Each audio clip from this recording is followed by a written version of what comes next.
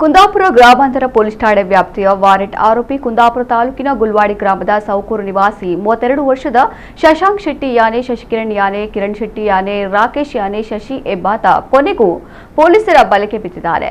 ವಿವಿಧ ಪ್ರಕರಣಗಳಲ್ಲಿ ಪೊಲೀಸರಿಗೆ ಬೇಕಾಗಿದ್ದ ಈತ ನ್ಯಾಯಾಲಯದ ವಿಚಾರಣೆಗೆ ಹಾಜರಾಗದೆ ಕಳೆದ 4 ವರ್ಷಗಳಿಂದ ತಲೆಮರೆಸಿಕೊಂಡಿದ್ದ.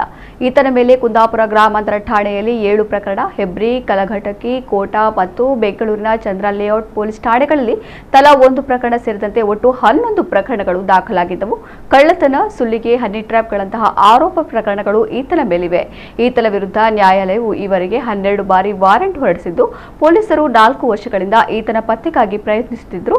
ಫೆಬ್ರವರಿ 15ರಂದು ಕುಂದಾಪುರ ತಾಲೂಕು ಬಿತ್ಕಲ್ಕಟ್ಟೆ ಎಂಬಲ್ಲಿ ಈತ ಇರುವ ಬಗ್ಗೆ ದೊರೆತ ಖಚಿತ ಮಾಹಿತಿ ಮೇರೆಗೆ ಡಿವೈಎಸ್ಪಿ ಎಚ್ಡಿ ಕುಲಕರ್ಣಿ ಮತ್ತು ಪೊಲೀಸ್ ವೃತ್ತ ನಿರೀಕ್ಷಕ ಸಂತೋಷ್ ಎ ಕಾಯ್ಕಿಣಿ ಅವರ ಮಾರ್ಗದರ್ಶನದಲ್ಲಿ ಕುಂದಾಪುರ ಗ್ರಾಮಾಂತರ ಪೊಲೀಸರು ಕಾರ್ಯಾಚರಣೆ ನಡೆಸಿ ಹೆಡೆಮುರಿ ಕಟ್ಟಿ ನ್ಯಾಯಾಲಯಕ್ಕೆ ಹಾಜರುಪಡಿಸಿದ್ದಾರೆ.